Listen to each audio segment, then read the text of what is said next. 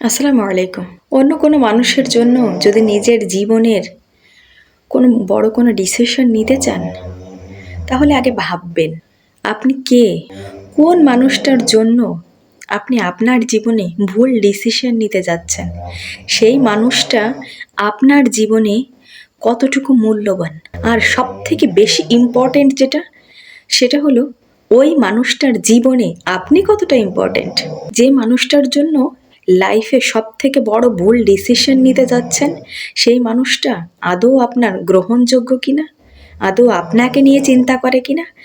আপনাকে নিয়ে তার ভাবার সময় আছে কিনা? এজন্য কারো জন্য কখনো নিজের লাইফে ভুল ডিসিশন নিবেন না।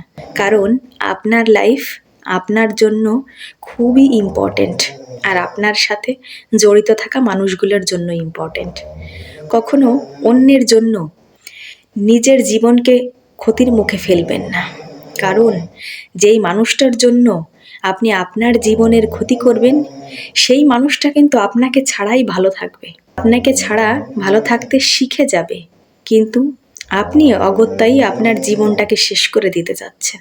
কখনো এরকম ভুল করতে যাবেন না। তাহলে আপনাকে যেই মানুষগুলো ভালোবাসে, সেই মানুষগুলো বেশি কষ্ট পাবে।